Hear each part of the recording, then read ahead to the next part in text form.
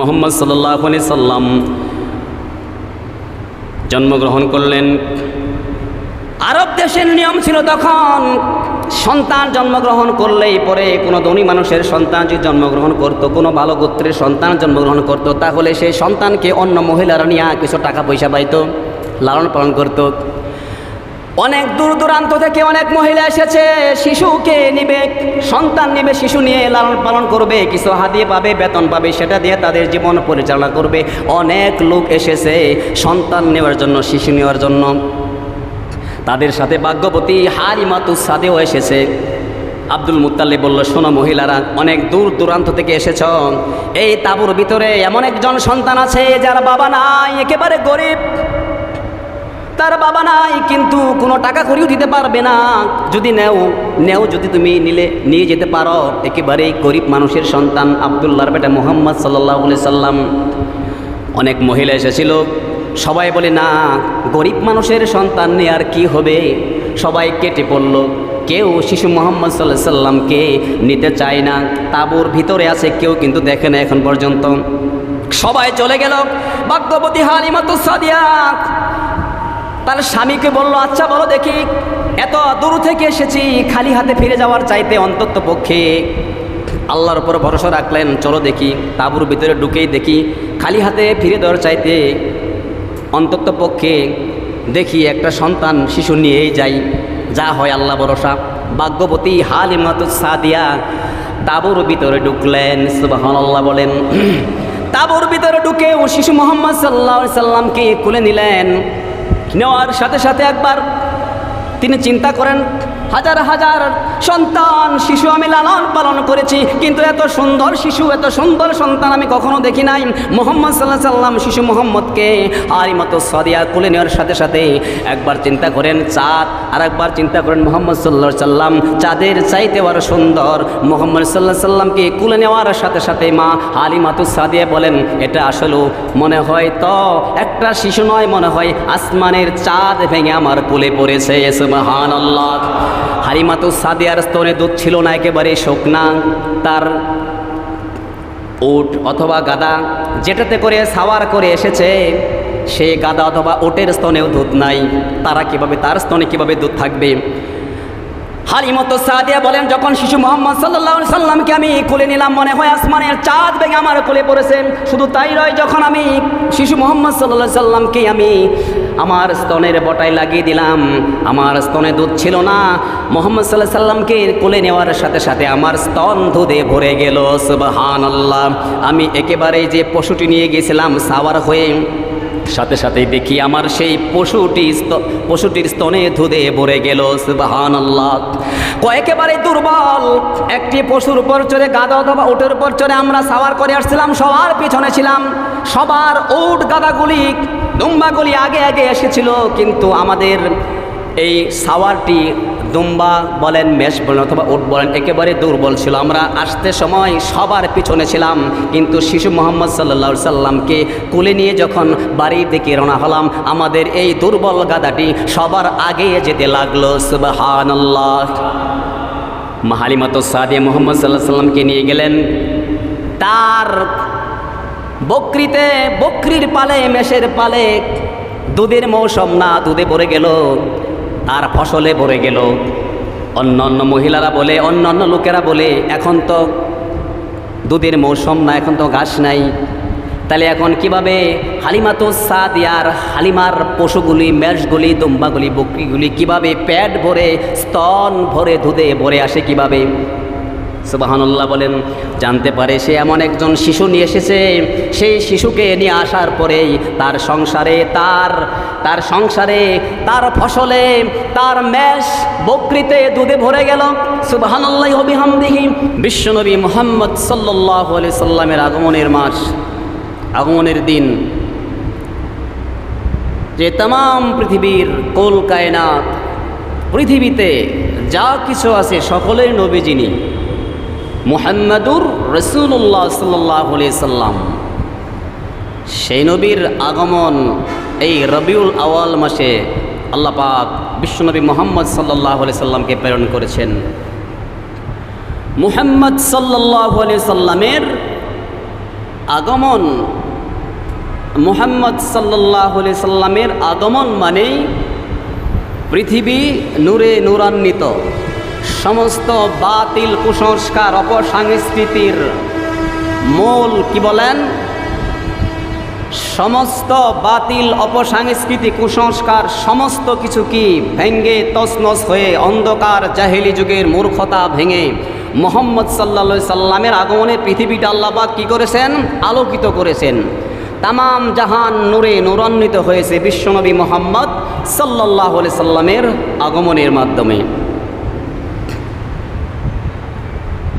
মুহাম্মদ সাল্লাল্লাহু আলাইহি সাল্লামের আগমনের আগে যুগে যুগে অসংখ্য নবী আলাইহিস সালাতু ওয়াস সালামগণ আগমন করেছিলেন পৃথিবীতে, কিন্তু অনেক দিন পর নবী আসা বন্ধ ছিল নাকি, এটা তো জানি আমরা। ঈসা নবী থেকে শুরু করে মুহাম্মদ সাল্লাল্লাহু আলাইহি সাল্লামের আগমন পর্যন্ত প্রায় শত শত বছর চলে গেছে, কোনো নবী আসে নাই, ঠিক কিনা বলেন? দাওয়াতের কোনো কাজ ছিল না। আল্লাহ পাক যুগে যুগে সমস্ত নবী আলাইহিস সালাতু ওয়াস সালামকে প্রেরণ করেছেন শুধু বাতিলকে উৎখাত করার জন্য, ঠিক কিনা বলেন? এই পৃথিবীতে অন্ধকার জাহেলি বর্বরতা কুসংস্কারকে উৎখাত করার জন্য, পৃথিবীকে আল্লাহর নবীর আলোতে আলোকিত করার জন্য আল্লাহ পাক আল্লাহর নবী মুহাম্মদ সাল্লাল্লাহু আলাইহি সাল্লামকে প্রেরণ করেছেন। ঈসা নবী থেকে শুরু করে মুহাম্মদ সাল্লাল্লাহু আলাইহি সাল্লাম পর্যন্ত প্রায় শত শত বছর চলে গেছে, কোনো নবী ছিল না। নবীগণ না থাকার কারণে মানুষ গরু ছাগলের মতন মানুষকে বেচাকেনা করত, দাস প্রথা প্রচলন ছিল, মানুষ মহিলাদেরকে দাসের মতন ব্যবহার করত, যা ইচ্ছা তাই করত।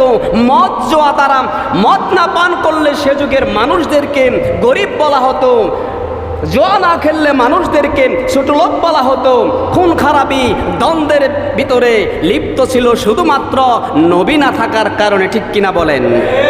মুহাম্মদ সাল্লাল্লাহু আলাইহি সাল্লাম আগমন করলেন পৃথিবী সৃষ্টির আগে, আদম সৃষ্টির আগেই মুহাম্মদ সাল্লাল্লাহু আলাইহি সাল্লামের সুসংবাদ, সুবহানাল্লাহ বলেন।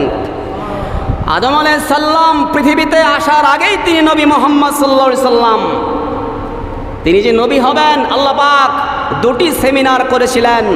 একটি সেমিনার আল্লাহ সুবহানাহু ওয়া তাআলা করেছিলেন, যে সেমিনারটা হলো এই, আমি আপনি পৃথিবীতে যত মানব সম্প্রদায় আছি আমরা, যার সাথে আমার সাথে আপনারা দেখা হয়েছিল, একদিন রেহেমের জগতের সবার সাথে দেখা হয়েছিল। আল্লাহ সুবহানাহু ওয়া তাআলা একটা সেমিনার করেছিলেন আমার সাথে আপনার সাথে, পুরো পৃথিবীর দুনিয়ার সমস্ত রেহেমের জগতের সাথে, সব মানুষের সাথে আল্লাহ পাক একটা বৈঠক করেছিলেন। সুবহানাল্লাহি ওয়া বিহামদিহি। আল্লাহ পাক আরেকটি বৈঠক করেছিলেন, সেটা হলো লক্ষ লক্ষ নবী নিয়ে মুহাম্মদ সাল্লাল্লাহু আলাইহি সাল্লামকে পরিচয় করে দিয়েছিলেন সেই জগতে, যে সেই হবে তোমাদের নবী, নবীদের নবী, কুল কায়নাতের নবী, তামাম পৃথিবীর নবী, শুধু মানুষের নবী নয়, ফেরেশতার নবী, গাছের নবী, মাছের মনির নবী, সাগরের নবী, পাহাড়ের নবী, পর্বতের নবী, চন্দ্র সূর্য যা দেখি সমস্ত কিছুর নবী মুহাম্মদ সাল্লাল্লাহু আলাইহি সাল্লাম নবীদেরও নবী। তিনি পরিচয় করে দিলেন ইনি হবেন সর্বশ্রেষ্ঠ, সর্বকালের, সর্বযুগের মহামানব মুহাম্মদুর রাসূলুল্লাহ সাল্লাল্লাহু আলাইহি সাল্লাম। পরিচয় করে দিয়েছেন আল্লাহ পাক, ইনি হলেন নবী, তোমাদের নবী, নবীর নবী, তোমাদের সরদার। আল্লাহ পাক প্রেরণ করলেন সবার শেষে মুহাম্মদ সাল্লাল্লাহু আলাইহি সাল্লাম, তখনও নবী।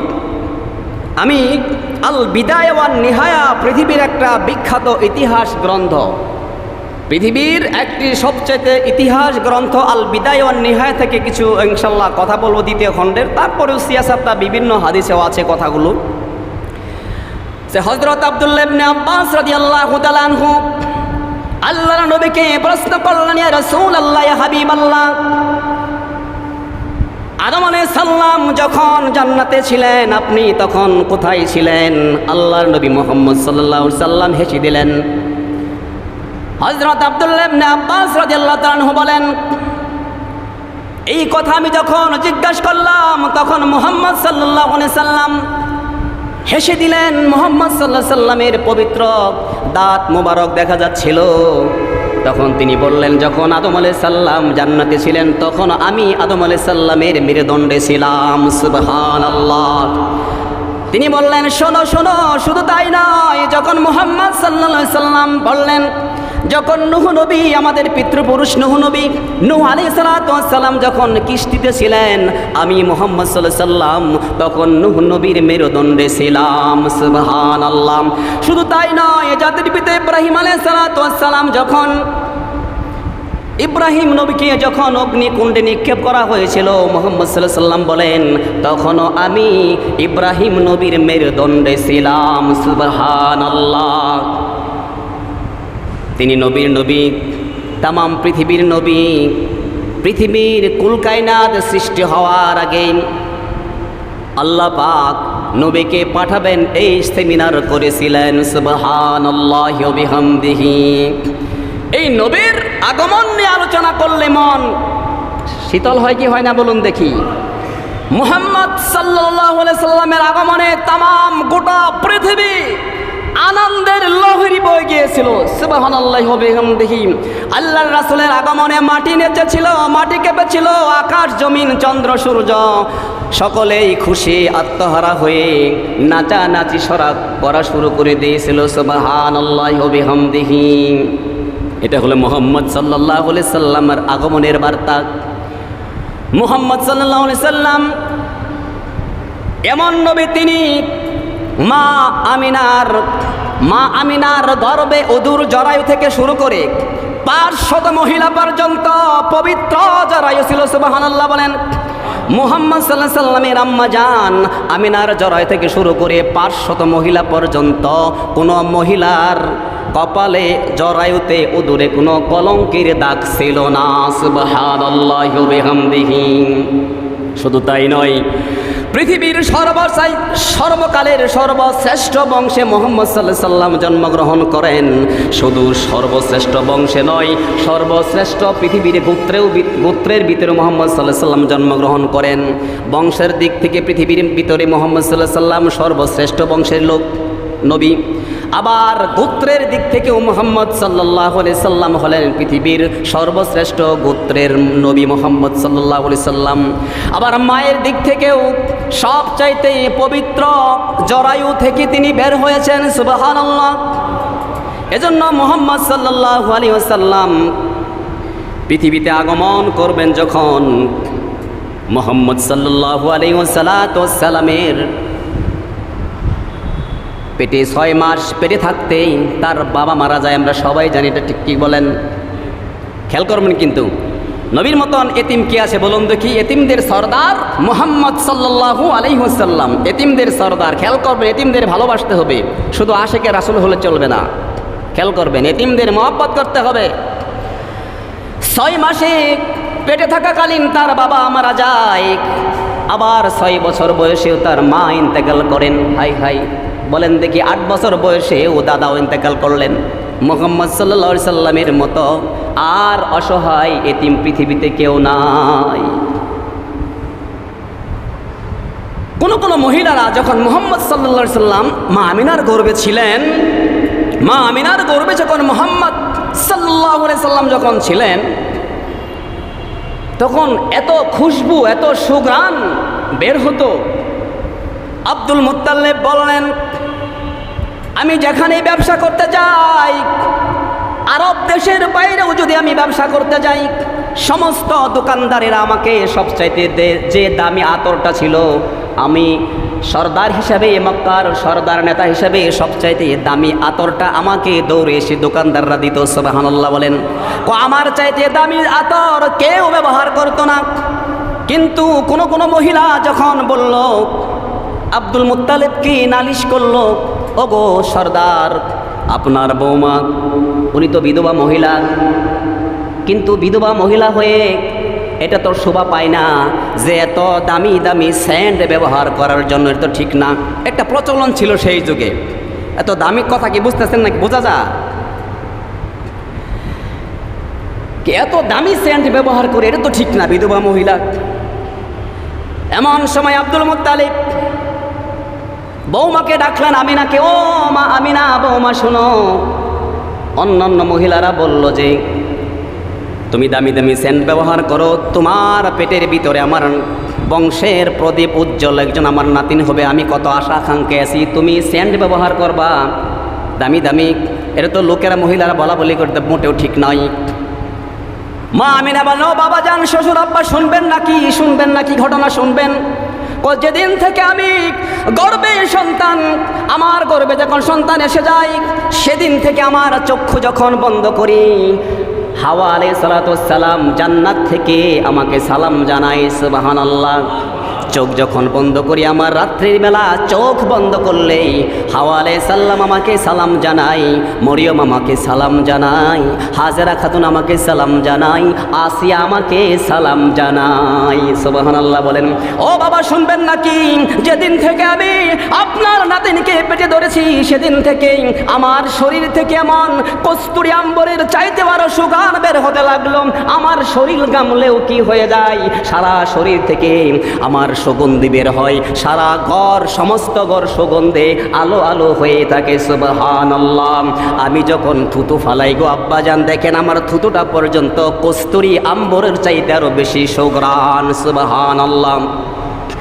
শ্বশুর আব্বা আরো শুনবেন নাকি, আমি যখন রাত্রিবেলা বের হয়ে যাই, আসমানের তারকা মনে হয় নেমে এসে আমাকে সালাম জানায়, আসমানের চাঁদ এসে আমাকে সালাম জানায়, সুবহানাল্লাহ বলেন। দিনের বেলা যখন আমি রাস্তায় বের হয়ে যাই, পাথরগুলা, পাহাড়ের পাথরগুলো আমাকে সালাম জানায়, পাথরগুলা, ছোট ছোট পাহাড় পাথরগুলা গড়ে গড়ে আমার পায়ের কাছে এসে আমাকে সালাম জানায়, সুবহানাল্লাহ।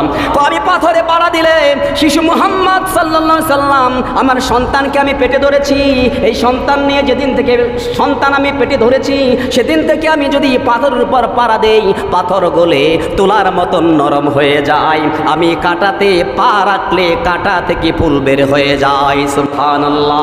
শুধু তাই নয় বাবা, আরো শুনবেন নাকি, শ্বশুর আব্বা শুনবেন, আমি যখন পানি নেওয়ার জন্য আমি যখন কলসিতে করে আমি কুয়া থেকে পানি আনতে যাব, কলসি নামানোর আগে পানি বক বক করে উঠে যায়, সুবহানাল্লাহ ওয়া বিহামদিহি। এর নাম হলো রহমতের নবী, দয়াল নবী, নূর নবী। এর কারণ হলো, এগুলো হলো মুজিজার অর্থ হলো মুহাম্মদ সাল্লাল্লাহু আলাইহি সাল্লাম নূর নবী, উনি পৃথিবীতে এসে মুহাম্মদ সাল্লাল্লাহু আলাইহি সাল্লাম সমস্ত বাতিলকে উৎখাত করে এই পৃথিবীতে আলো ছড়াবেন, এটাই হলো এর আলামত, ঠিক কিনা বলেন? মা আমিনা বলেন, যখন আমি মুহাম্মদ সাল্লাল্লাহু আলাইহি সাল্লামকে পেটে ধারণ করেছি, আমি দেখি স্বপ্নে কে জানি বলে, মা আমিনা শোনো, তোমার গর্ভে এমন এক সন্তান আছে যা নাকি পৃথিবীকে আলোকিত করবে, তার নাম রাখবে তুমি মুহাম্মদ, সুবহানাল্লাহ বলেন। কোরআনেও আছে মুহাম্মদ, আবার ইনজিলেও আছে মুহাম্মদ। আল্লাহ পাক, আল্লাহর পরেই যার স্থান হলো মুহাম্মদ সাল্লাল্লাহু আলাইহি সাল্লাম। আল্লাহ পাকের নাম, আল্লাহ শব্দটি 4টি অক্ষর, ঠিক কিনা বলেন? নুক্তা নাই, কিছুই নাই। দেখেন মুহাম্মদ সাল্লাল্লাহু আলাইহি সাল্লামের কি নাম লিখতে 4টি অক্ষর, এখানে কোনো নুক্তা নাই, মানে আল্লাহর পরেই মুহাম্মদ সাল্লাল্লাহু আলাইহি সাল্লামের মর্যাদা, ঠিক কিনা বলেন?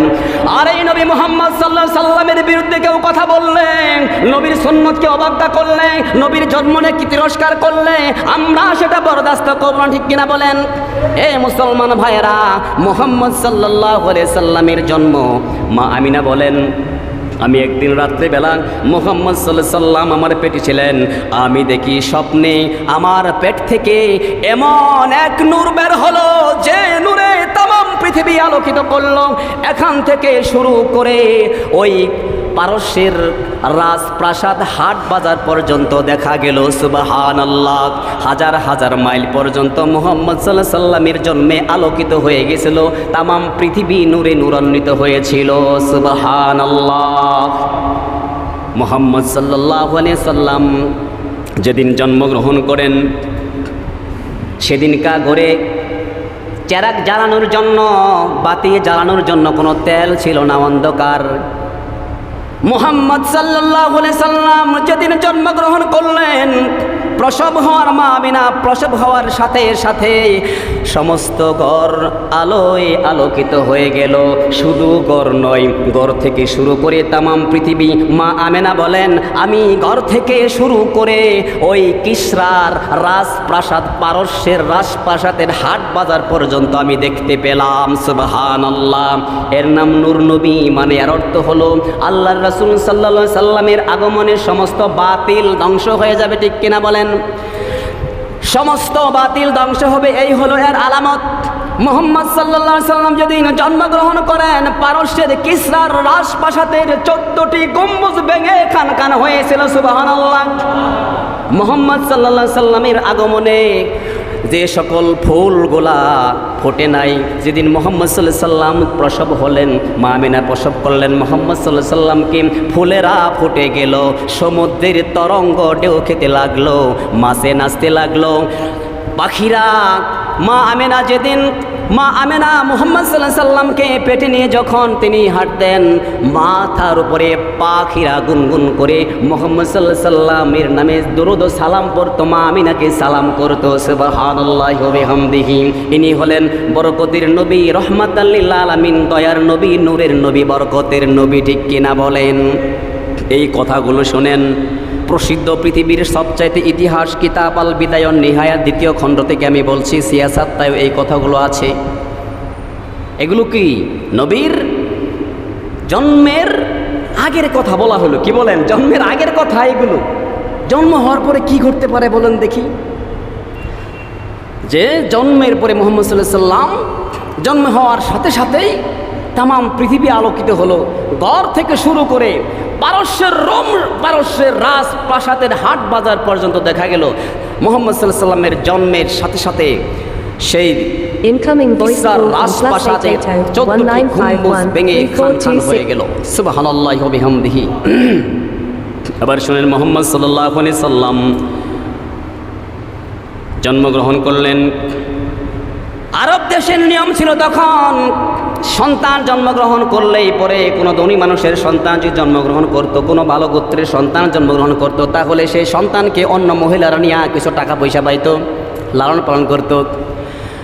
অনেক দূর দূরান্ত থেকে অনেক মহিলা এসেছে, শিশুকে নিবে, সন্তান নিবে, শিশু নিয়ে লালন পালন করবে, কিছু হাদিয়া পাবে, বেতন পাবে, সেটা দিয়ে তাদের জীবন পরিচালনা করবে। অনেক লোক এসেছে সন্তান নেওয়ার জন্য, শিশু নেওয়ার জন্য।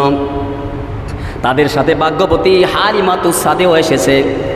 আব্দুল মুত্তালিব বলল, শোনো মহিলারা, অনেক দূর দূরান্ত থেকে এসেছ, এই তাঁবুর ভিতরে এমন একজন সন্তান আছে যার বাবা নাই, একেবারে গরিব, তার বাবা নাই, কিন্তু কোনো টাকা করিও দিতে পারবে না। যদি নেও যদি তুমি নিয়ে যেতে পারো, একেবারে গরিব মানুষের সন্তান, আব্দুল্লাহর বেটা মুহাম্মদ সাল্লাল্লাহু আলাইহি সাল্লাম। অনেক মহিলা এসেছিল, সবাই বলে না, গরিব মানুষের সন্তান নিয়ে আর কি হবে। সবাই কেটে পড়ল, কেউ শিশু মুহাম্মদ সাল্লাল্লাহু আলাইহি সাল্লামকে নিতে চায় না। তাঁবুর ভিতরে আছে, কেউ কিন্তু দেখে না এখন পর্যন্ত। সবাই চলে গেল। ভাগ্যবতী হালিমাতুস সাদিয়া তার স্বামীকে বলল, আচ্ছা বলো দেখি, এত দূর থেকে এসেছি, খালি হাতে ফিরে যাওয়ার চাইতে অন্তত পক্ষে আল্লাহর উপর ভরসা রাখলেন, চলো দেখি তাঁবুর ভিতরে ঢুকেই দেখি, খালি হাতে ফিরে দেওয়ার চাইতে অন্তত পক্ষে দেখি একটা সন্তান শিশু নিয়েই যাই, যা হয় আল্লাহ ভরসা। ভাগ্যবতী হালিমাতুস সাদিয়া তাঁবুর ভিতরে ঢুকলেন। সুবহানাল্লাহ বলেন। তাঁবুর ভিতরে ঢুকে ও শিশু মুহাম্মদ সাল্লাল্লাহু আলাইহি সাল্লামকে কোলে নিলেন। নেওয়ার সাথে সাথে একবার তিনি চিন্তা করেন, হাজার হাজার সন্তান শিশু আমি লালন পালন করেছি, কিন্তু এত সুন্দর শিশু, এত সুন্দর সন্তান আমি কখনো দেখি নাই। মুহাম্মদ সাল্লাল্লাহু আলাইহি সাল্লাম শিশু মুহাম্মদকে হালিমাতুস সাদিয়া কোলে নেওয়ার সাথে সাথে একবার চিন্তা করেন চাঁদ, আর একবার চিন্তা করেন মুহাম্মদ সাল্লাল্লাহু আলাইহি সাল্লাম চাঁদের চাইতে আরো সুন্দর। মুহাম্মদ সাল্লাল্লাহু আলাইহি সাল্লামকে কোলে নেওয়ার সাথে সাথে মা হালিমাতুস সাদিয়া বলেন, এটা আসলে মনে হয় তো একটা শিশু নয়, মনে হয় আসমানের চাঁদ ভেঙে আমার কোলে পড়েছে। সুবহানাল্লাহ। হালিমাতুস সাদিয়ার স্তনে দুধ ছিল না, একেবারে শুকনা। তার উট অথবা গাদা যেটাতে করে সাওয়ার করে এসেছে, সেই গাদা অথবা উটের স্তনেও দুধ নাই। তার স্তনে কিভাবে দুধ থাকবে? হালিমাতু সাদিয়া বলেন, যখন শিশু মুহাম্মদ সাল্লাল্লাহু আলাইহি সাল্লামকে আমি কোলে নিলাম, মনে হয় আসমানের চাঁদ ভেঙে আমার কোলে পড়েছে। শুধু তাই নয়, যখন আমি শিশু মুহাম্মদ সাল্লাল্লাহু আলাইহি সাল্লামকে আমি আমার স্তনের বটায় লাগিয়ে দিলাম, আমার স্তনে দুধ ছিল না। মুহাম্মদ সাল্লাল্লাহু আলাইহি সাল্লামকে কোলে নেওয়ার সাথে সাথে আমার স্তন দুধে ভরে গেল। সুবহানাল্লাহ। আমি একেবারে যে পশুটি নিয়ে গেছিলাম সাওয়ার হয়ে, সাথে সাথে দেখি আমার সেই পশুটির স্তনে দুধে ভরে গেল। সুবহানাল্লাহ। একেবারে দুর্বল একটি পশুর উপর চড়ে, গাধা অথবা উটের উপর চড়ে আমরা সাওয়ার করে আসছিলাম, সবার পিছনে ছিলাম।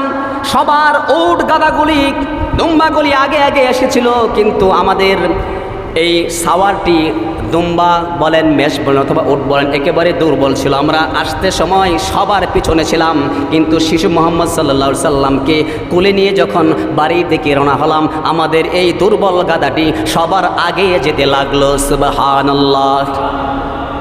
হালিমাতু সাদিয়া মুহাম্মদ সাল্লাল্লাহু আলাইহি সাল্লামকে নিয়ে গেলেন তার বকরির পালে, মেষের পালে। দুধের মৌসুম না, দুধে ভরে গেল আর ফসলে ভরে গেল। অন্য মহিলারা বলে, অন্য লোকেরা বলে, এখন তো দুধের মৌসুম না, এখন তো ঘাস নাই। তাহলে এখন কিভাবে হালিমাতু সাদিয়ার, হালিমার পশুগুলি, মেষগুলি, দুম্বাগুলি, বকরিগুলি কিভাবে পেট ভরে, স্তন ভরে, দুধে ভরে আসে কিভাবে? সুবহানাল্লাহ বলেন। জানতে পারে সে এমন একজন শিশু নিয়ে এসেছে। সেই শিশুকে নিয়ে আসার পরেই তার সংসারে, তার ফসলে, তার মেষ বকরিতে দুধে ভরে গেল। সুবহানাল্লাহি ওয়া বিহামদিহি। তিনি তো বরকতের নবী মুহাম্মদ সাল্লাল্লাহু আলাইহি সাল্লাম, রহমতের নবী মুহাম্মাদুর রাসূলুল্লাহ সাল্লাল্লাহু আলাইহি সাল্লাম। ওই নবীকে যদি এখনও স্মরণ করি, নবীর সুন্নতকে আমরা বাস্তবায়িত করি, নবীর আদর্শকে আমরা লালন করি, তাহলে এখনও আমাদেরকে আল্লাহ পাক সংসারে, আমাদের জীবনে রহমত দিয়া, বরকত দিয়া ভরে দিবেন। ঠিক কিনা বলেন? শুধু মুখে মুখে বছরে একদিন মিলাদুন নবী পালন করলে কাজ হবে না। সেই মুহাম্মদ সাল্লাল্লাহু আলাইহি সাল্লামের ভালোবাসা প্রত্যেক ক্ষণে ক্ষণে ধরে রাখতে হবে। ঠিক কিনা বলেন? ঘুমাইতে যাবেন, বরকতের নবী রাহমাতাল লিল আলামিনের সুন্নতকে অবলম্বন করে আপনি ঘুমাইতে যাবেন, ঘুমের মধ্যে বরকত হবে। আপনি খানা খাবেন, মুহাম্মদ সাল্লাল্লাহু আলাইহি সাল্লামের সুন্নত অনুযায়ী, আমার নবী, দুজাহানের বাদশা নবী মুহাম্মদ সাল্লাল্লাহু আলাইহি সাল্লাম কিভাবে খানা খেয়েছেন, ওই তরিকায় যদি আমি খানা খাই, আল্লাহ পাক আমার খানার ভিতরে ভরপূর্ণ করে দেবে। বাথরুমে যাবেন, মুহাম্মদ সাল্লাল্লাহু আলাইহি সাল্লামের আদব নিয়ে যাবেন। বাথরুম থেকে শুরু করে বঙ্গভবন পর্যন্ত মুহাম্মদ সাল্লাল্লাহু আলাইহি সাল্লামের সুন্নাহকে অবলম্বন করতে হবে। ঠিক কিনা বলেন? তাহলে আল্লাহ পাক এই বরকতের, রহমতের নবী, যদি আমরা সেই নবীর সুন্নতকে আমাদের বাথরুম থেকে শুরু করে বঙ্গভবন পর্যন্ত আমরা বাস্তবায়িত করি, তাহলে এই দেশে এত পুলিশ বাহিনী, র্যাব বাহিনী, আর্মি বাহিনী, নৌবাহিনী, কত যে লাল কুত্তা বাহিনী আছে, তাও কাজ হলো না। ঠিক কিনা বলেন? কোনো দেশের শান্তি নাই, কোনো শান্তি নাই। কারণ আমাদের অভাব কেন জানেন? সুন্নতের অভাব, নবীর আদর্শের অভাব। নবীর আদর্শের কারণে আমরা কি আজকে অবহেলিত হয়েছি, বরকত উঠে গেছে। আল্লাহ তাআলা বলেন, লাকাদ কানা লাকুম রাসূলুল্লাহি উসওয়াতুন হাসানাহ। রাসূল অবশ্যই রাসূল সাল্লাল্লাহু আলাইহি সাল্লামের আদর্শের ভিতরে রয়েছে মানুষের চলার উত্তম পথ। রাসূল সাল্লাল্লাহু আলাইহি সাল্লামের আদর্শের ভিতরেই রয়েছে মানুষের মুক্তির পথ। আমার ভাইয়ার আমার, তিনি কেমন বরকতের নবী, যেহেতু মুহাম্মদ সাল্লাল্লাহু আলাইহি সাল্লামের আগমন নিয়ে আমাদের আলোচনা। ঠিক কিনা বলেন? সেই আলোচনাই তো আমাদের করতে হবে। মুহাম্মদ সাল্লাল্লাহু আলাইহি সাল্লাম এমন বরকতের নবী ছিলেন। শোনেন, খন্দকের যুদ্ধের কথা শুনেছেন তো অবশ্যই, শুনেন নাই? খন্দকের যুদ্ধ, কাফের বেঈমানদের সাথে যুদ্ধ হবে, কাফের বেঈমানদের সাথে যুদ্ধ হবে। খন্দক একটা স্থানের নাম। পরীক্ষা খনন করে, পরীক্ষা শুরুন চিনেন তো? পরীক্ষা খনন করা হচ্ছে, ঘরে কোনো খাবার নাই। মুহাম্মদ সাল্লাল্লাহু আলাইহি সাল্লাম পেটে দুটি পাথর বেঁধেছেন, কয়েকদিন হয়ে গেল খান না। সাহাবীগণ একটি করে পাথর বেঁধেছেন। এই ক্ষুধার্ত অবস্থায় মুহাম্মদ সাল্লাল্লাহু আলাইহি সাল্লাম পাথরের, সেটা মাটি না তো কি বলেন, পাথর, আরব দেশে পেটে পাথর বেঁধে মুহাম্মদ সাল্লাল্লাহু আলাইহি সাল্লাম এবং তার সাহাবাগণ 2500 থেকে 3000 সাহাবী নিয়ে একটি কাফেলা নিয়ে তারা সুড়ঙ্গ খনন করতেছে। কাফের বেঈমানদের সাথে জিহাদে যেতে হবে, পলিসি করে জিহাদে যেতে হবে। এক সাহাবী বলে, ওগো নবী মুহাম্মদ সাল্লাল্লাহু আলাইহি সাল্লাম, আমি আর সহ্য করতে পারতেছি না, দেখেন আমার পেটে একটি পাথর বাঁধা রাখছি। দেখেন আল্লাহর রাসূল সাল্লাল্লাহু আলাইহি সাল্লাম বলে, ও সাহাবী, তুমি তো একটি পাথর বেঁধেছ, দেখো আমি মুহাম্মদ সাল্লাল্লাহু আলাইহি সাল্লাম আমার পেটে দুটি পাথর বেঁধে রেখেছি। এমন সময় একজন সাহাবী, তার নাম জাবের রাদিয়াল্লাহু তাআলা আনহু, এসে বললেন, হাই হাই রে, আমার নবী বিশ্ব নবী মুহাম্মদ সাল্লাল্লাহু আলাইহি সাল্লাম যুদ্ধ করার জন্য পরীক্ষা খনন করতেছেন না খেয়ে, আমার দেশের কাছে এসেছেন, আমার বাড়ির কাছাকাছি। আমি যদি আমার যদি ইচ্ছে হচ্ছে যদি মুহাম্মদ সাল্লাল্লাহু আলাইহি সাল্লামকে একবার পেট ভরতে আমি খানা খাওয়াইতে পারতাম। হযরত জাবির রাদিয়াল্লাহু তাআলা আনহু এই চিন্তা পরিকল্পনা করলেন। এসে বিবিকে বললেন, ওগো বিবি, মুহাম্মদ সাল্লাল্লাহু আলাইহি সাল্লাম আমার বাড়ির কাছেই তো এসেছে, পরীক্ষা খনন করতেছে, যদি একবেলা খাওয়া যেত, গড়ে কিছু আছে নাকি? বিবি বললেন, হয় একটা ছোট্ট একটি ছাগলের বকরির বাচ্চা আছে এবং কিছু আটা সোটা আছে, জব আছে, 3 থেকে 4 জন লোক আপ্যায়ন করতে পারবে। ঠিক আছে। একজনই বইল, বেশি আর বইল না। স্ত্রী শিখাই দিল, বেশি বলিও না, শুধু মুহাম্মদ সাল্লাল্লাহু আলাইহি সাল্লামকে বইল, কারণ খাবার তো কম, 2.5 থেকে 3000 সাহাবী তো, নইলে তো একা একা কীভাবে দাওয়াত দিবা? কানে কানে দাওয়াত দিয়ে মুহাম্মদ সাল্লাল্লাহু আলাইহি সাল্লামকে কানে কানে বইল। জাবির রাদিয়াল্লাহু তাআলা আনহু গেলেন এবং মুহাম্মদ সাল্লাল্লাহু আলাইহি সাল্লামকে কানে কানে বললেন, আসসালাতু ওয়াসসালামু আলাইকা ইয়া রাসূলুল্লাহ, ইয়া রাসূলুল্লাহ সাল্লাল্লাহু আলাইহি সাল্লাম, দুপুরে আমার বাড়িতে আপনার দাওয়াত। সুবহানাল্লাহ বলেন। মুহাম্মদ সাল্লাল্লাহু আলাইহি সাল্লাম এই কথা শুনে বললেন, ও সাহাবাগণ, জাবেরের বাড়িতে দাওয়াত, চলো সবাই। সুবহানাল্লাহ বলেন। দুপুর হয়ে গেল, মুহাম্মদ সাল্লাল্লাহু আলাইহি সাল্লাম দাওয়াত দিয়ে দিলেন 2.5 থেকে 3000 সাহাবীকে, ও সাহাবাগণ, জাবেরের বাড়িতে আজকে দুপুরের দাওয়াত। সাহাবাগণ খুশি আত্মহারা হয়ে গেছে, ক্ষুধার কাতরে তাদের পেটে পাথর বেঁধেছে, আর দুপুর বেলা খাবে। মুহাম্মদ সাল্লাল্লাহু আলাইহি সাল্লাম দাওয়াত দিয়েছে, জাবের দাওয়াত দিয়েছে মুহাম্মদ সাল্লাল্লাহু আলাইহি সাল্লামকে। এবার দল ধরে মুহাম্মদ সাল্লাল্লাহু আলাইহি সাল্লাম আগে আগে, সাহাবীগণের পিছে পিছে, মিছিল না বলেন, একটা মিছিল ধরে জাবেরের বাড়িতে যাচ্ছেন। সুবহানাল্লাহ। বাড়ির কাছাকাছি চলে গেছেন। জাবের রাদিয়াল্লাহু তাআলা বলে, ও বিবি সাহেব, দেখো তুমি ঘরের জানালার পর্দা একটু খুলে তুমি দেখো কি অবস্থা। হাই হাই, বিবি জান দেখে মুহাম্মদ সাল্লাল্লাহু আলাইহি সাল্লাম আগে আগে, 2.5 থেকে 3000 সাহাবী পিছনে পিছনে। সুবহানাল্লাহ। বলেন, আমার আপনার স্ত্রী হইলে কি অবস্থাটা হইতো? সামনে দিয়ে আসতেছে, এটা দেখে পিছন দিক থেকে বাপের বাড়ি চলে যেত, ঠিক কিনা বলেন? অন্য জায়গায় যেত। ওই বেটা দাওয়াত কইছি আমি একজন, তুই সব দাওয়াত দিচ্ছ, তোর দাওয়াত তুই খাওয়া, কি বলেন? সামনে দিয়ে আইতেছে, পিছন দিয়ে কি অন্য বান্ধবীর বাড়ি যে বসে থাকতো, বেটা খাওয়া তুই। কিন্তু কত ধৈর্যশীল মহিলা। জাবের রাদিয়াল্লাহু তাআলা বললেন, ওগো বিবি, কেমনে হবে? চিন্তা করো না, দাওয়াত তো তুমি দাও নাই, তুমি দাওয়াত দিয়েছে, আপনি দাওয়াত দিয়েছেন মুহাম্মদ সাল্লাল্লাহু আলাইহি সাল্লামকে, আর মুহাম্মদ সাল্লাল্লাহু আলাইহি সাল্লাম দাওয়াত দিয়েছেন সাহাবীদেরকে, ঠিক কিনা বলেন? এটা কোনো চিন্তা করো না, দাওয়াত তো দিয়েছে মুহাম্মদ সাল্লাল্লাহু আলাইহি সাল্লাম, এখানে চিন্তার কোনো কারণ নাই। সুবহানাল্লাহ।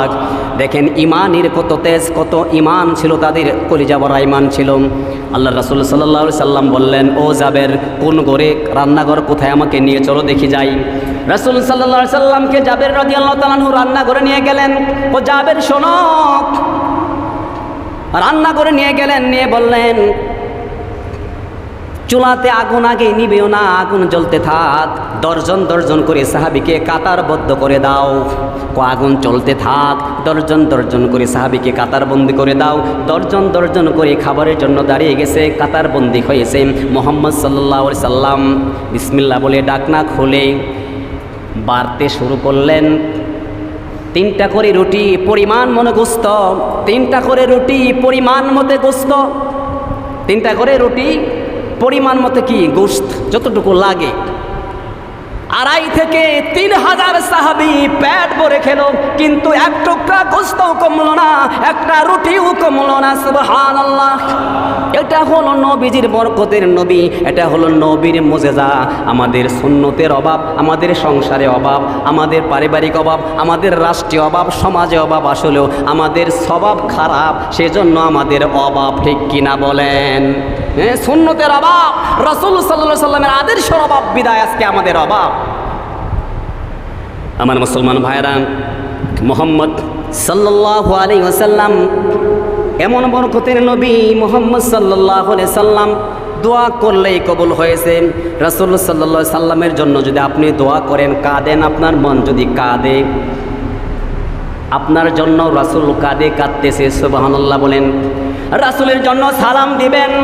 এ মুসলমান, মুসলমান ছাড়া, নামাজি ছাড়া কখনো আল্লাহর নবীকে কেউ সালাম দেয় না। যারা নামাজি, যারা পরহেজগার, তারাই রাসূল সাল্লাল্লাহু আলাইহি সাল্লামকে সালাম দেয়, ঠিক কিনা বলেন? ওই মাঝে মাঝে মিলাতের সালাম, এই সালামের খাওয়া নাই। সালাম দিতে হবে মসজিদে গিয়ে মুহাম্মদ সাল্লাল্লাহু আলাইহি সাল্লামকে, ঠিক কিনা বলেন? মাঝে মাঝে মিলাদ পড়বেন আর সালাম দিবেন, এই সালামের টাইম নাই। সালাম দিতে হবে নামাজের ভিতরে মুহাম্মদ সাল্লাল্লাহু আলাইহি সাল্লামকে, ঠিক কিনা বলেন? বুঝেন নাই কথা? যখন মসজিদে যাবেন কি বলবেন বলেন? মসজিদে যখন আসবেন নামাজ পড়ার জন্য বলবেন আসসালাতু ওয়াসসালামু আলাইকা রাসূলুল্লাহ। আগে সালাম, তারপরে দুরূদ, তারপর বিসমিল্লাহি আল্লাহুম্মা আফতাহ আলি আবওয়াবা রাহমাতিক। এই সালাম দিয়া দুরূদ পড়া বিসমিল্লাহ বলে দোয়া পড়ে মসজিদে ঢুকবেন। দৈনিক যদি 5 বার মসজিদে আসেন, 5 বার এমনিতেই রাসূল সাল্লাল্লাহু আলাইহি সাল্লামকে সালাম দিলেন, দুরূদ পড়লেন। আর এটা পড়ার সাথে সাথে আল্লাহ পাক এমন রহমতের ফেরেশতা নিয়োগ করেছেন, সালাম দেওয়ার সাথে সাথেই দুরূদ পড়ার সাথে সাথে একদল ফেরেশতা আছে, কানে কানে সোনার মদিনায় বলে দেয়, 14 গোষ্ঠীর নাম সহ বলে দেয়, ইয়া রাসূলুল্লাহ, ইয়া হাবিবাল্লাহ, অমুকের বংশ, অমুকের ছেলে আপনাকে সালাম ও দুরূদ পাঠিয়েছে, সুবহানাল্লাহ। সেই নূরে মদিনা থেকে মুহাম্মদ সাল্লাল্লাহু আলাইহি সাল্লাম আপনার সালাম এবং দুরূদ গ্রহণ করে, সুবহানাল্লাহ। যখন নামাজে আপনি থাকেন, আসসালামু আলাইকা আইয়ুহান নাবিয়্যু ওয়া রাহমাতুল্লাহি ওয়া বারাকাতুহু। এই মুসলমান ভাইরা, সালাম দেন কি দেন না বলেন দেখি? নামাজের ভিতরে সালাম দেন কি দেন না? নামাজের ভিতরে সালাম ছাড়া, মসজিদে এসে সালাম ছাড়া অন্য সালাম দিলে ওই সালাম আল্লাহর রাসূলের কাছে গ্রহণযোগ্য হবে না, ঠিক কিনা বলেন? এ মুসলমান, নামাজ পড়তে হবে 5 ওয়াক্ত নামাজে। নামাজ পড়ার জন্য মসজিদে যখন আসবেন আপনি, তখন অবশ্যই সালাম দিবেন মসজিদে প্রবেশ করার সময়। তাহলে আপনি তো আল্লাহর রাসূলের উম্মত হিসেবে বিবেচিত হবেন। আত্তাহিয়াতু যখন পড়বেন, আসসালামু আলাইকা আইয়ুহান নাবিয়্যু ওয়া রাহমাতুল্লাহি ওয়া বারাকাতুহু, 5 বার আপনি সালাম দিলেন নবীকে, ঠিক কিনা বলেন? দয়ার নবী মুহাম্মদ সাল্লাল্লাহু আলাইহি সাল্লাম এই সালাম নূরে মদিনা থেকে গ্রহণ করে, সুবহানাল্লাহ। অর্থাৎ যারা 5 ওয়াক্ত সালাত আদায় করবে তারাই হাসরের মাঠে আল্লাহর রাসূলের উম্মত হিসেবে বিবেচিত হবে, ঠিক কিনা বলেন? হাউজে কাউসারের পানি পান করতে পারবে যারা দুরূদ পড়বে, সালাম পড়বে, নামাজ আদায় করবে। অন্যথায় মাঝে মাঝে যদি দাঁড়ায় দাঁড়ায় খাড়ায় মিলাদ পড়েন, আন্দোলন করেন, এই আন্দোলনের 4 পয়সার দাম নাই, ঠিক কিনা বলেন? 5 ওয়াক্ত নামাজ 5 বার মসজিদে আসতে হবে, তাহলে আপনি আল্লাহর রাসূলের উম্মত হিসেবে বিবেচিত হবেন। মাঝে মাঝে শুধু আপনি আন্দোলন করবেন রাসূলের জন্ম নিয়ে, এটা তো কাজ হবে না। সব সময় সালাম দিতে হবে। 5 ওয়াক্ত নামাজে 5 বার সালাম মুহাম্মদ সাল্লাল্লাহু আলাইহি সাল্লামকে, কমসে কম 5 বার ঢুকলেন, বের হলেন, 10 বার হলো না বলেন?